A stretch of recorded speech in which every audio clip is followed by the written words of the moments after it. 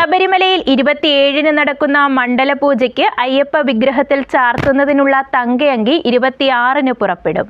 അന്നേ ദിവസം ദേവസ്വം വകുപ്പ് മന്ത്രി വി.എൻ. വാസവന്റെ നേതൃത്വത്തിൽ അവലോകന യോഗവും ചേരും. മകരവിളക്കിനോടനുബന്ധിച്ചുള്ള ക്രമീകരണങ്ങൾ യോഗത്തിൽ വിലയിരുത്തും. മകരവിളക്കിനെത്തുന്ന ഭക്തരുടെ പെരുമാറ്റ രീതികളും ശീലങ്ങളും വ്യത്യസ്തമാണ്. കാട്ടിൽ തമ്പടിക്കുക, പർണശാല കെട്ടുക തുടങ്ങിയവയുമായി ബന്ധപ്പെട്ട മുന്നൊരുക്കങ്ങൾ വിലയിരുത്തും. മകരവിളക്ക് ദർശിക്കുന്നതിന് പ്രത്യേക സ്ഥലങ്ങൾ ഭക്തർ തിരഞ്ഞെടുക്കുന്ന സാഹചര്യത്തിൽ അപകടങ്ങൾ സംഭവിക്കാതിരിക്കാനുള്ള മുൻകരുതലുകൾ സ്വീകരിക്കേണ്ടതുണ്ട്. ഭക്തരുടെ സുരക്ഷയുമായി ബന്ധപ്പെട്ട ക്രമീകരണങ്ങൾ ഏർപ്പെടുത്തേണ്ടതുണ്ട്.